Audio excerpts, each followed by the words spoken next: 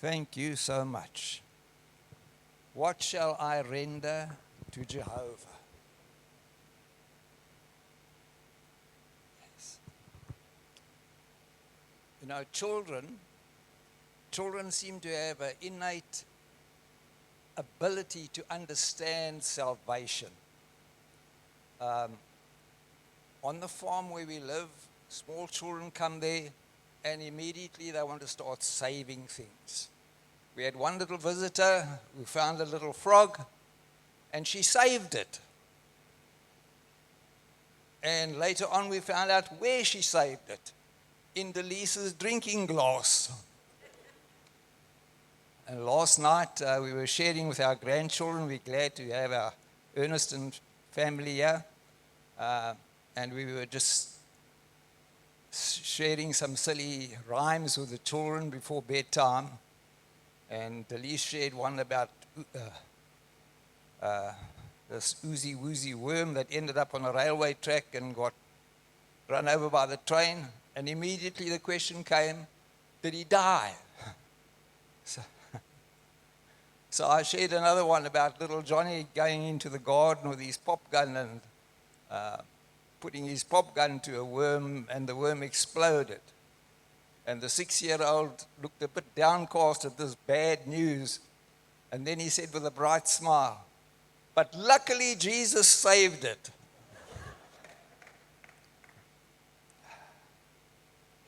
This morning I want to give honor where honor is due. That's what the Bible tells us to do in Romans 13:7. Give or take a couple of months, we've been in this ministry for 39 years. And this year, we'll take a bow. This year we are 78. And that works out to exactly half our lifetime.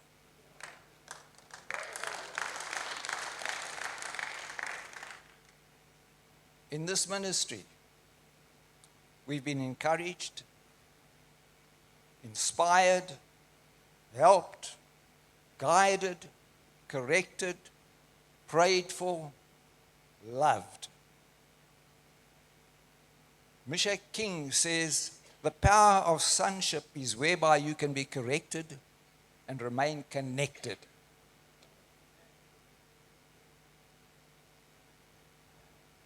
I was on an early morning walk with my dog on the property the other day, and I came across, we've got a lot of gum trees there, and I came across this gum tree. And the sun's rays were shining through the leaves. I wonder if they could throw up the picture of the tree for us.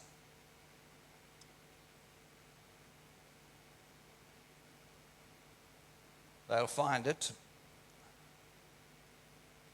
But it has some dead branches on it, and the leaves had gone brown. But in the morning light, with the sun shining through those leaves became translucent and crimson red.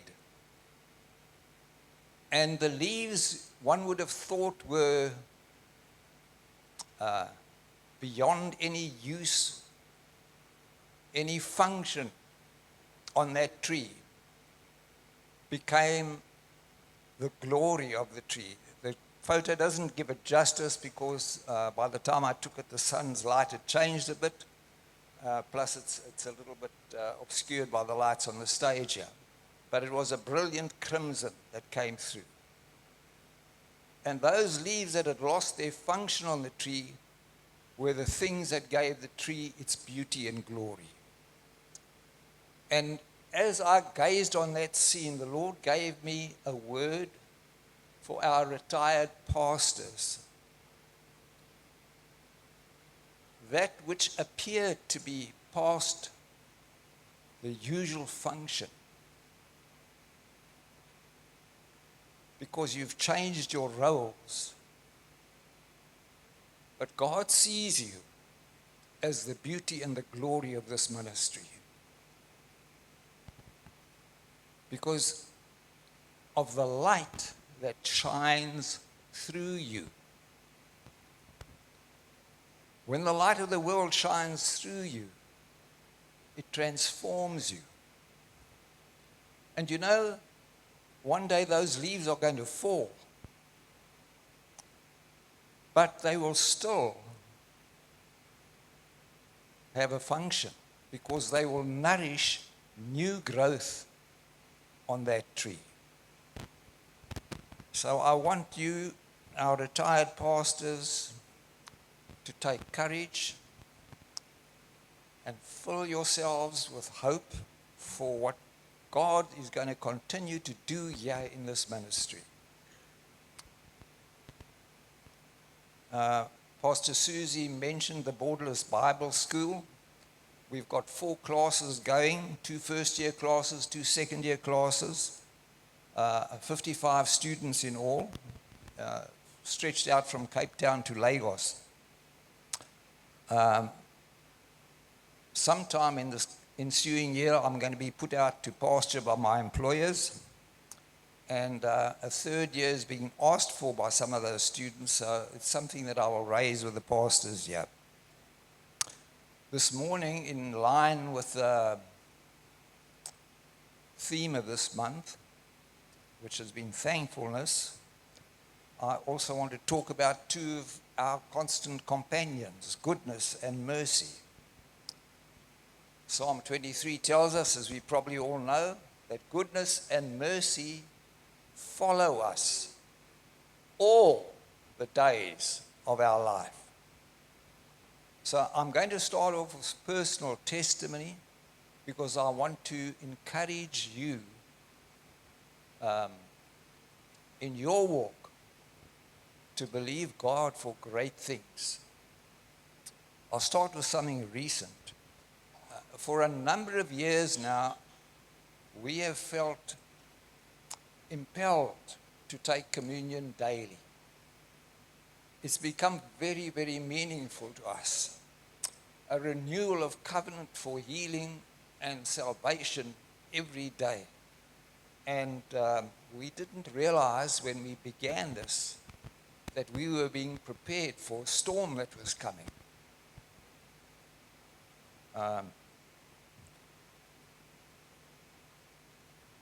We had a medical aid and it folded, closed. And with pension looming, we decided to take medical insurance, and there was a 1-year waiting period. Well, I mean, that's normal kind of stuff, so we thought, well, that's fine, we'll do that. And then halfway into that year, we got a letter to say they've changed their minds, it's now only 6 months. Shortly after that, Denise became desperately ill. We rushed her to hospital. She was in ICU for more than a week. I can't remember exactly. She lay there too ill to read her Bible, too ill to pray, to think coherently. But goodness and mercy followed her. And we were constant companions. The first night she was there, she had nothing to take communion with. She had a sip of water and did it all the same. By the end of her stay there, the whole ward was taking communion with her.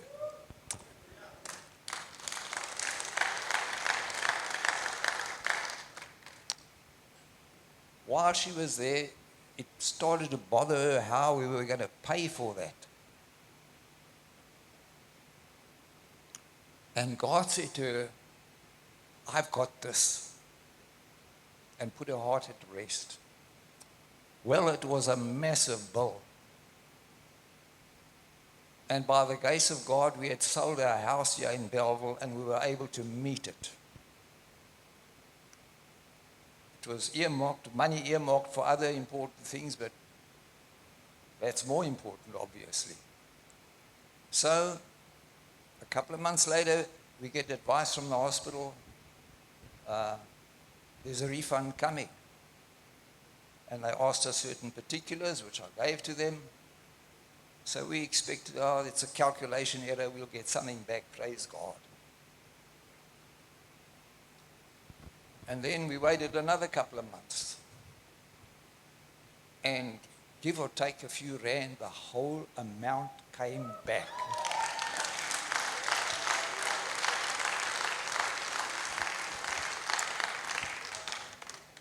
Goodness and mercy.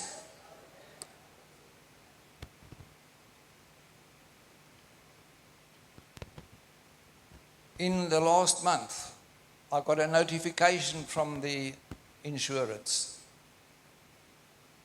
The rule that allowed them to pay us back has been taken away. Goodness and mercy gave us a window, reduced the time to 6 months, and opened the window for a rule that was going to change.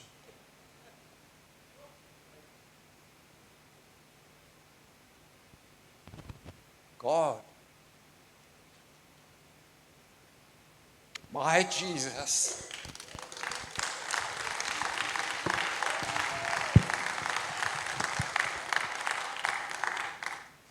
I was so inspired by Pastor Walty when he gave the testimony of the founding of the Lighthouse in 1982. That was during our 40th celebration year. And it took my mind back. And so I'm going to give you a little bit of background of how we ended up here. Our lives were touched by the charismatic renewal that swept South Africa in the 70s. For those of you who don't know, that I'm talking about the 1970s, not the 1870s, okay? So we were in a mainline church. I was busy studying theology with a university, online, correspondence, not online. There was no online then. And I felt the leading of the Holy Spirit to leave that and go to the Rhema Bible School. It was a big challenge. We lived out on the East Rand. I used to leave home 6 o'clock in the morning, drive to the Joburg city centre, then in the rush hour afternoon traffic out to Randburg, Bible school, and then car full of students from Tembisa and back to the East Rand again. Back home at 10 o'clock. It was a heavy schedule. 5 days a week. In that time, it was before internet and all those things. I led a team of software programmers responsible for keeping a system running, connected to airlines and airports around the world, 24 hours a day, 7 days a week. Unprecedented. During that year, while I was at Bible school, not once was I late for a lecture because of a problem at work. Not once did I miss a lecture. That is goodness and mercy.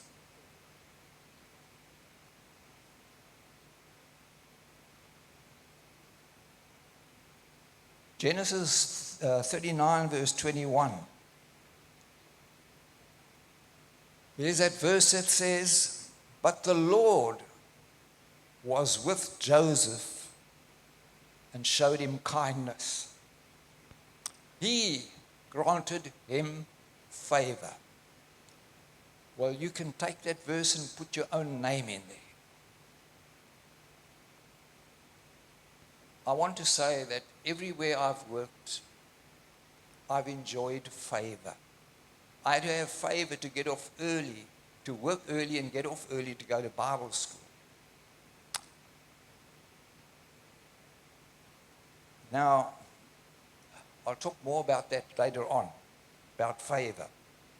But it was favor that God gives us that enables us to do the things He calls us to do. It was a very stressful schedule for us at that time, for me at that time, and I developed an ulcer.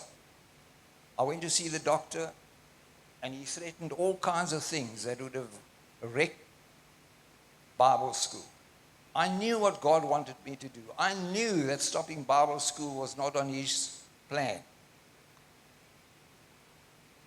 I rose up early one morning and I went to the living room with my Bible. I got on my knees and I read Philippians 4 over, over, over and over. Let the peace of God rule in your hearts and minds. It's above your understanding. It must fill your hearts and minds. I stayed there, determined not to get up until I knew that peace. God was faithful. I felt the peace of God flood me. The pain left and it's gone to this day.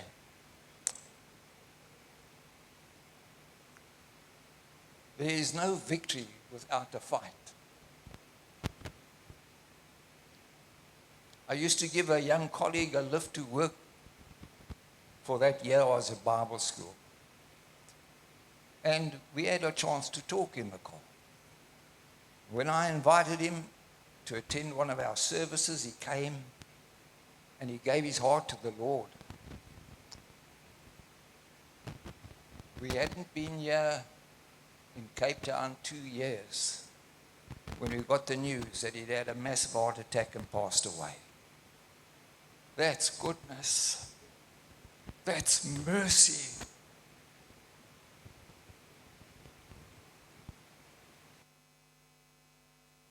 I'm old school, okay? Old school.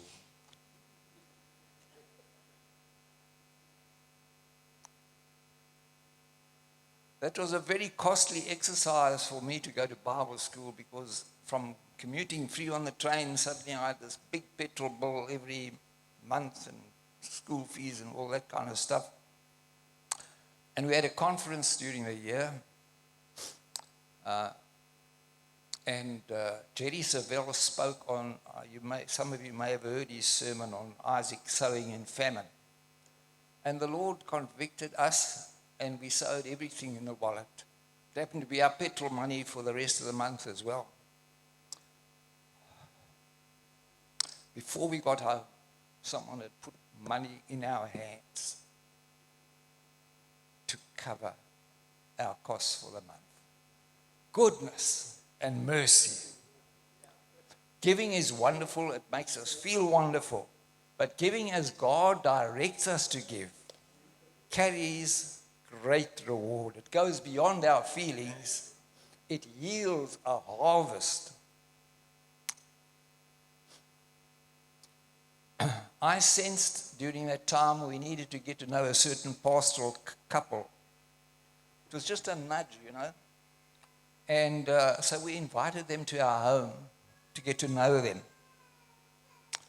The Bible says in Proverbs 24, the steps of a person are ordained by the Lord. Now, in my workplace, we had a lecture room, and when it was available, we would get together, a few believers at lunchtime, whoever was available, pray, share, whatever. Just an informal sharing together. And one day, a brother came to me. He was from a very conservative Afrikaans church. I won't mention names. I'll just say he used to pray a lot. That tells you a lot about him, you know. But he came to me very concerned, and he asked if he could talk to me. So we went to the lecture room, and he said his wife had disappeared, and they couldn't trace her. He'd phoned all the hospitals, the doctors. I found out that his wife was on medication for psychosomatic problems, and she had just vanished, and he was obviously deeply concerned, didn't know what to do. I spent about 5 or 10 minutes explaining what I knew about faith to him. I said, we're going to pray, and then we're going to start thanking God for finding your wife. Well, I was full of faith. I mean, I ran a Bible school, you know, it's oozing out of me. I'm not sure how much he took in, but he was desperate. So he slipped it in, you know. So we did that. We asked, and then we started to thank God. An hour later, after lunch, must have been about 3 o'clock, I get a call from this pastor that we got to know by inviting them to supper. And he asked me, do I know this friend's name? Well, of course I know him. He worked in the room next to me, a few meters away, and I'd just been ministering to him. He says, I've just led his wife to the Lord. Of course, I could go next door and tell him, that's a wonderful story, but this is how things happened. She was on these medications, and she'd taken a massive overdose. I don't know where they found her, but they took her to hospital, no identity, anything. She was comatose. She lay there in the ward. The pastor had gone there to minister to the lady in the bed next door, explained the way of salvation to her, prayed with her, and as he was leaving, he turned around to greet her, and he saw a finger move in that comatose lady, as if she was beckoning him. He went to her bedside, and he prayed for her. She was instantly conscious. And she gave her heart to the Lord, and told him her husband's name and where he worked. And in this firm of thousands upon thousands of people, I was the one person he knew that he could phone. Only God can arrange things like that.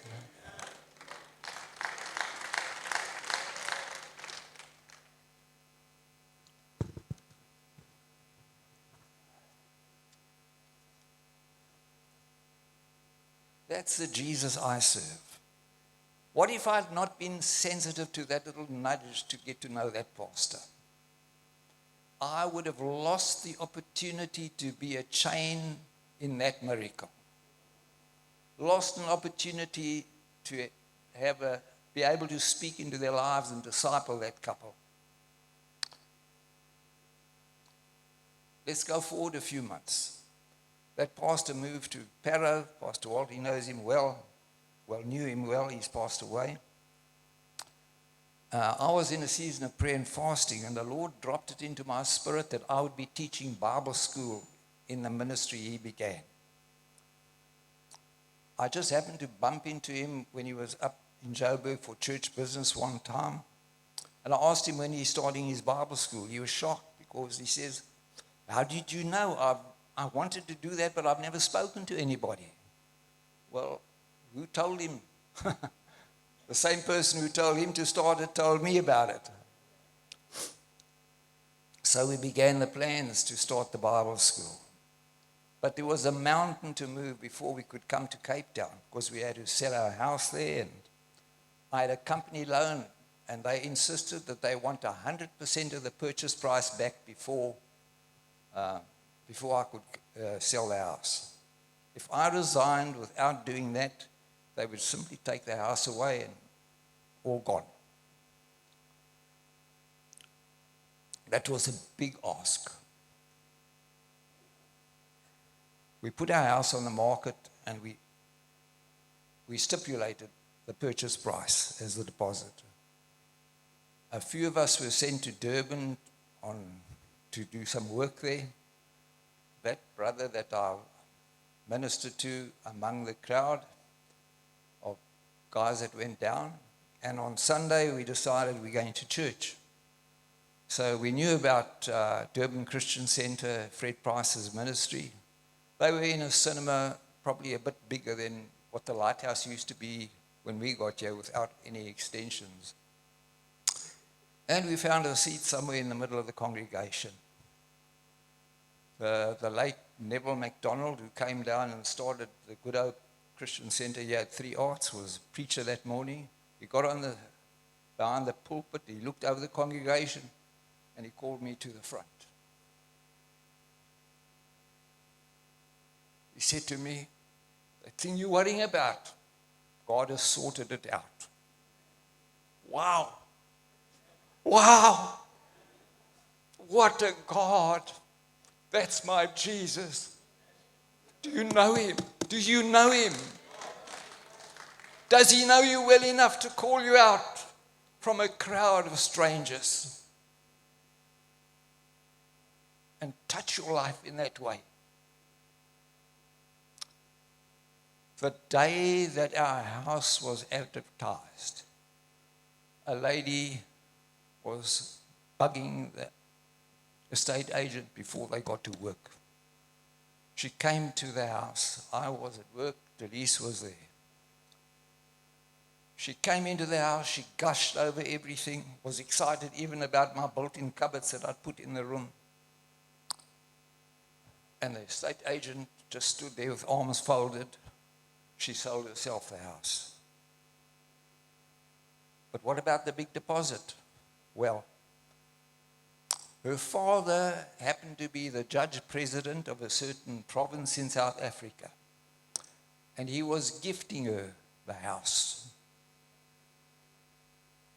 He had to disclose his income on the purchase agreement. He could have bought a house like that a couple of times every year. That's God. That's God.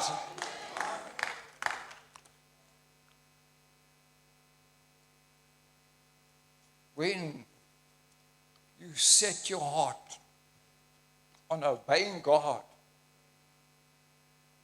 you will experience many miracles in your life. But that's not even the end of the story. We had a friend in our home group. He lived up the road from us. He worked in the building society. It happened to be the building society that this purchase had to go through. He said, our papers came through. They had to process them in strict order, but they only did so many per month. I think if I'm correct about the period, so many loans per month. Ours is at the bottom of a pile of stuff. His boss comes into the office, scans through this pile of applications, takes hours from the bottom of the pile and says, this looks like a good one, do this one. Deuteronomy 28:13. Literally, the Lord will make you the head and not the tail, and you will always end up at the top and not at the bottom.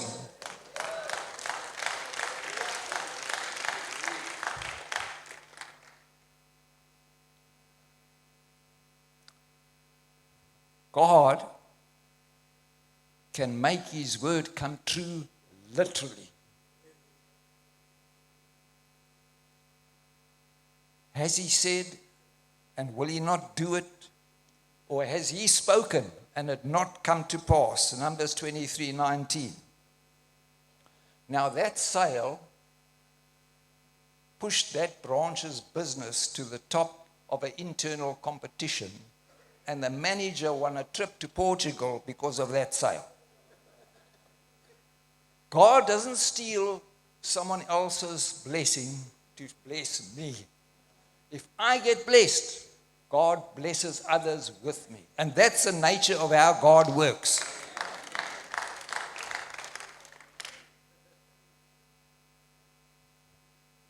When Joseph ended up in Egypt, Potiphar's household got blessed, not just Joseph.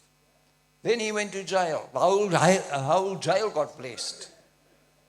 And then he ended up in a palace, and the whole land and the lands around there got blessed.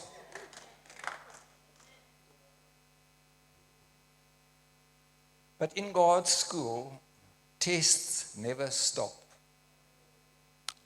And now we happily settled into a new home here in Belleville.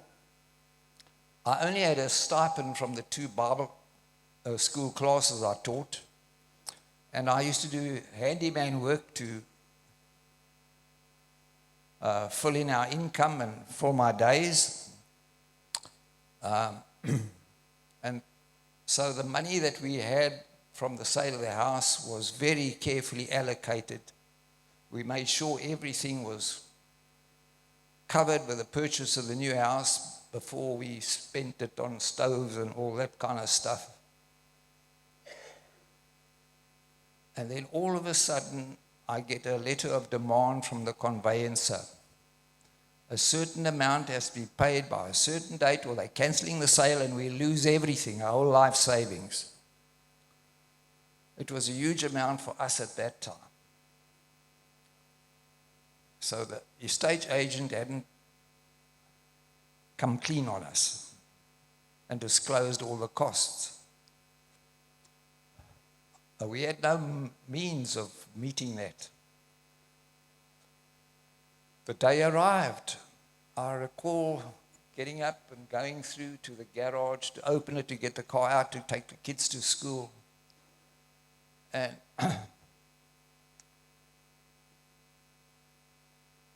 I just, because I had no means to meet this crisis from my own resources, I was just laying it on the Lord. And I had this overwhelming sense of God's fatherhood at that moment.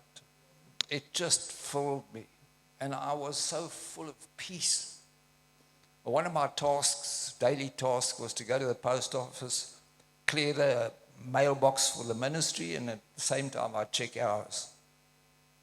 In the mail that day was a letter from someone close to us. They'd received the unexpected windfall and they felt led to bless us. It was before they call, I will answer. Pray. There was enough in there to pay the conveyancer and a tithe. Every little detail my father sorted out. People, we've got a great God. Don't give up on him. Don't run to people when you ought to be running to God.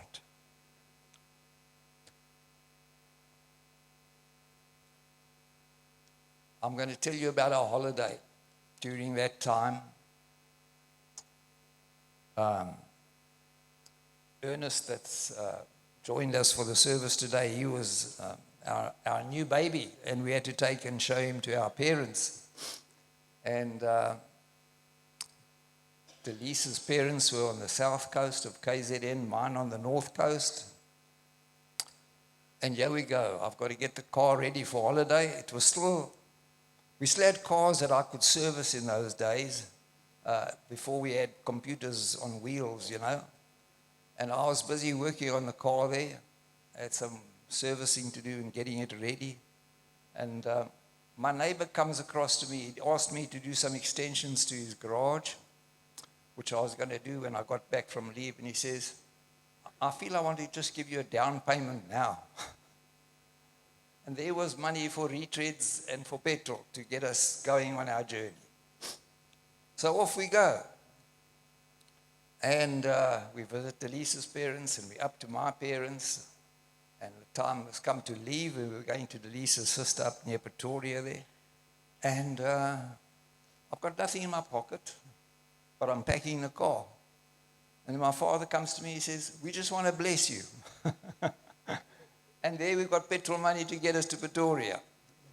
We get to Pretoria, the money is gone. And friends come to visit us, old friends. And guess what? They just want to bless us. And we've got money to come back to Cape Town. But on our way down, the 2 retreads that I put on the car, you could still buy retreads in those days, they both threw tread. So we limped into Touwsrivier. That was before Pastor Carl got there. Everything was closed. I think probably it was a Sunday, I don't know, but everything was closed except the petrol station. Now we're sitting there, we don't know what to do.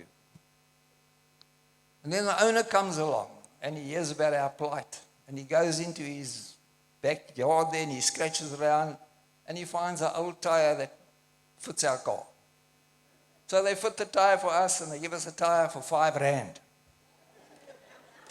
If you're looking for a cheap second-hand tire, you must go to Toes River.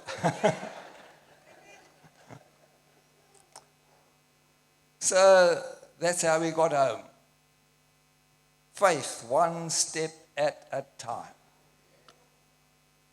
This God, He, but I want to tell you, He's not just the God of big things like that. He's the God of little things. This is actually my wife's testimony, but I'm going to try and tell it. She'll correct me on the way home if I get it wrong. Psalm 37 and verse 25. I was young and now I'm old. Yet I've never seen the righteous forsaken, or their seed begging bread. There came a day, now I'm doing handyman work. You only get paid when you finish the job, eh? There was nothing in my wallet. The lease is concerned. The kids will be coming home from school and there's no bread. There's nothing in the house to feed them. She goes and checks her bank account. It's nothing. But she goes to the shop and parks the car. Anyway, she's taking Ernest out of his car seat in the back of the car, and there under his car seat lies, I think it was 40 cents. In those days was enough to buy a loaf of bread. And there she had bread for her children for lunch. You see, God is not just a God of big miracles. He takes care of the sparrow. So why won't He take care of your need in this time?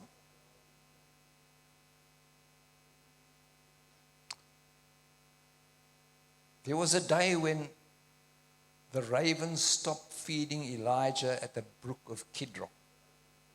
It wasn't because Elijah was out of the will of God. It was because God wanted to extend the blessing that he was enjoying to someone else. And he sends him to a heathen woman in Sarepta, not this Sarepta, the other Sarepta. Now, if I was single and God told me to go and live with a heathen woman, I would find it difficult to obey, But Elijah went. And because he obeyed, God extended the blessing to someone else. Now, I don't know what the Pharisees made of that, because Jesus even used that story in illustration in his hometown when they gave him uphill, You'll find that story in Luke 4 if you ever want to go and dig it out. Now, I just want to talk to you a little bit about favor. Favor comes from two things: from connection and work excellence. Joseph, I want to use as my example in this. Joseph started life as a consumer, because we all do. Everything we need is supplied. We are just consuming as we grow. It's all about my needs at that stage of life. But Joseph grew into a young adult, and his brothers were tending to the sheep somewhere, but Joseph was at home. And Jacob sends him to go and find out how the brothers are doing with the sheep. Now, I always just somehow thought that he was running an errand. But I've been so challenged in the last year to read the Bible with new eyes. I think it was J.C. Ryle that says, we must read the Bible like men digging for treasure. And I'm actually writing a book about it. Pastor Johan has agreed to review it, not because he wanted to, but because he's such a nice guy, he had to agree. So when I'm finished with it, he'll go through it and vet it for me. But it's about looking beyond the obvious when we read the Bible. Jacob had Joseph at home because he was grooming him to lead the family business. And he sent him to go and check up on his brothers because he wanted accountability from those guys. Now, think about this. Here's 10 brothers from 3 mothers. I don't know if you had sibling rivalry in your home when you grew up. But imagine the sibling rivalry that went on with those 10 guys all together. I mean, did you ever think about that? It must have been rough there. And you know what? They sent to go and feed the sheep in one place, and they just up and go somewhere else. Off to Dothan, I think. They don't report back. There's 10 of them, but no one goes back to say to Jacob, hey, listen, the grass is not good there, we're going somewhere else. They just off. No accountability. So Jacob is grooming Joseph, and he says, I want accountability from those boys, and you are learning to get accountability from them now. Go find out what's going on there. So Joseph is being trained by Jacob to run a family business. We know his story. He ends up a slave in Potiphar's house. But you know what? He's been trained. His father has trained him. But he still has a connection to his heavenly Father. And he works with excellence, although he's a slave. So soon we find him in charge of Potiphar's household. He's got favor there because of his connection and his work excellence. And then it gets worse. He ends up in jail. Now, it's not just a family business, it's a whole organization. Now it's not just 10 brothers fighting. It's now a crowd of people. They're full of resentment, anger, hatred. Every negative thing you can think of is there. You think Moses had a hard job? Joseph didn't have it easy there. But he had connection and he worked with excellence.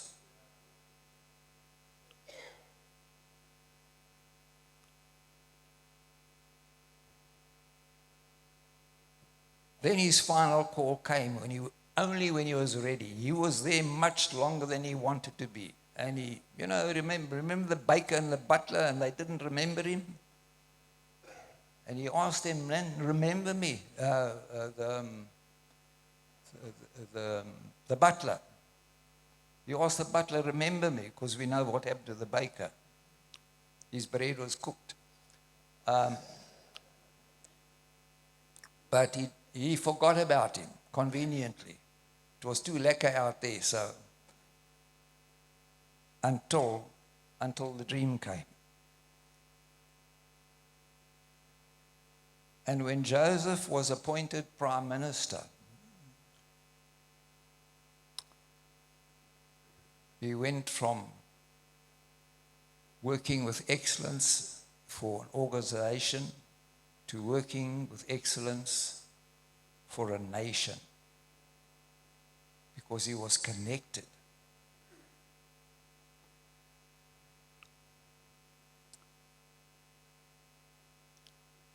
And I don't know if we really appreciate what he did there. He actually caused a social revolution, not just accumulation of wealth, which people like to talk about, you know. It was a social revolution. I'll touch on these things in my book. You have to get my book if you want to read about them.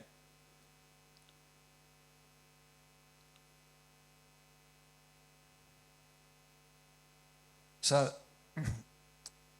here we find Joseph with favor.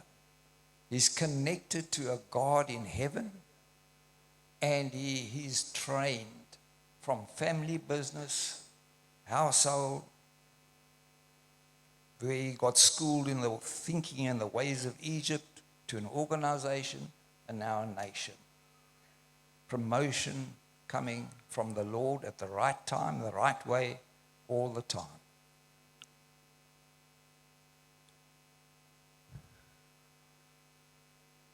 About, I don't know, must have been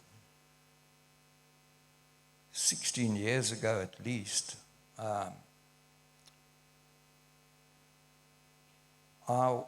God launched us into a ministry among the refugees, the African refugees. Just to give you a little bit of background, a lady who is a refugee came to our home cell in Belleville there, and she asked us to visit her flat. I said, oh, bring the people, but she didn't. And I realized afterwards she couldn't have. They would not have felt at home there.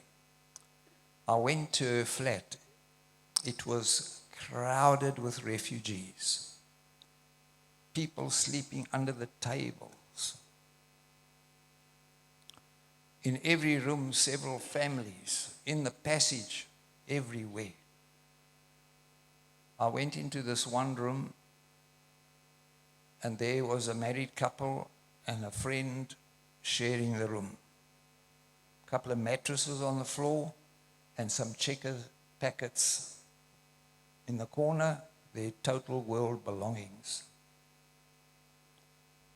That was Barbara and her husband and a friend in that room. As I prayed for them, the compassion of God, it just came over me like a wave. And it changed me. And it set me on a new course. And as we worked with refugees, we ended up having to do a lot of sowing. And there wasn't much reaping in the beginning. But we persisted. We were connected.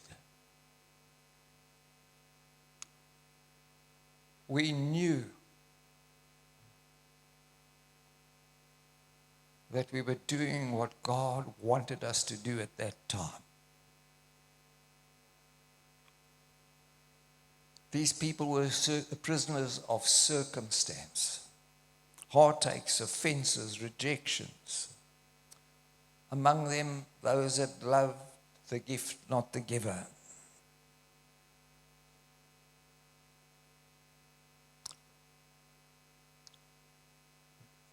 But God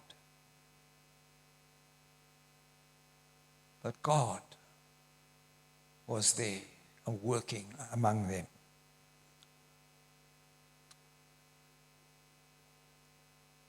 And he began to move some of them into higher gears, like Barbara.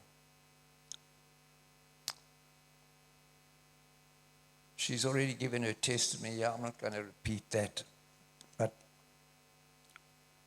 she's in Zimbabwe at the moment visiting her family, where she started a ministry last time she went there. And we've got a whole group of Bible school students from that area. People she baptized there after God sent the rain so that she could get a baptismal pool. And now she's gone back to minister there. Isaiah 54 and verse 2, it says, enlarge the place of thy tent. Let them stretch forth the curtains of thy habitations. Spare not. Lengthen thy cords, strengthen thy stakes. Now, I couldn't have imagined all that first night when I walked into that flat. But that's what God wanted to do. Out of that came the small holding that we now live on was purchased so that we could minister to those people. And we've ministered to many of them. There's a chapel on the place where a group of Malawians gather every Sunday in a simple shed. They've baptized people in the pool there by us. I've ministered there on occasion.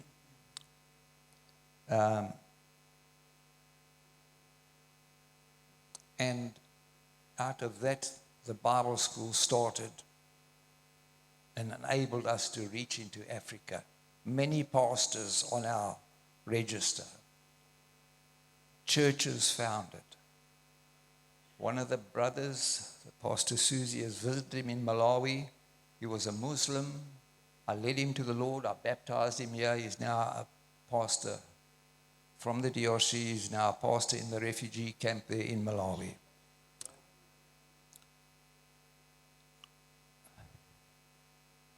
So God didn't bless me just to bless me.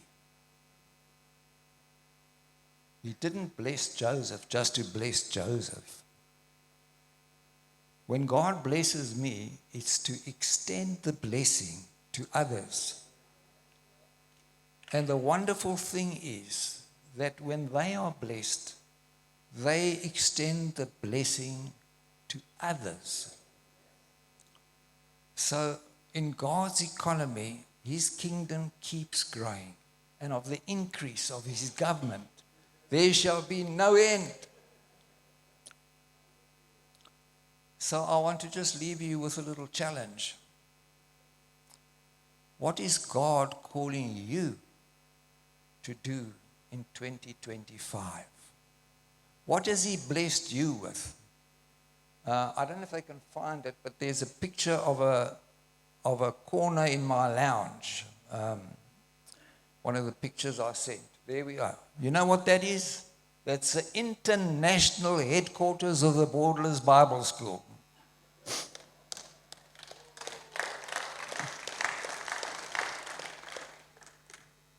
It's growing. I moved the desk forward by an inch last week.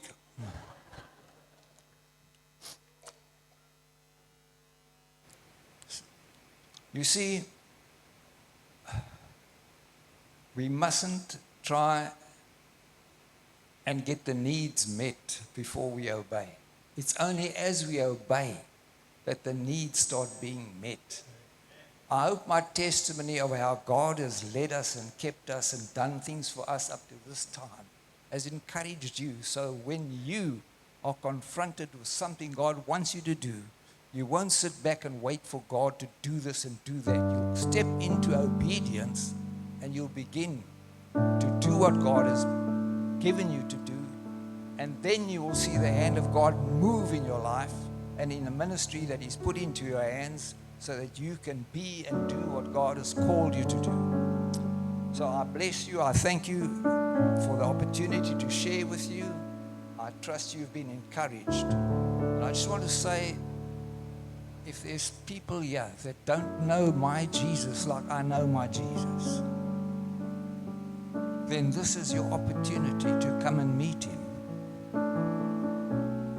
If you've got a hunger in your heart to know this God who can do these things for us,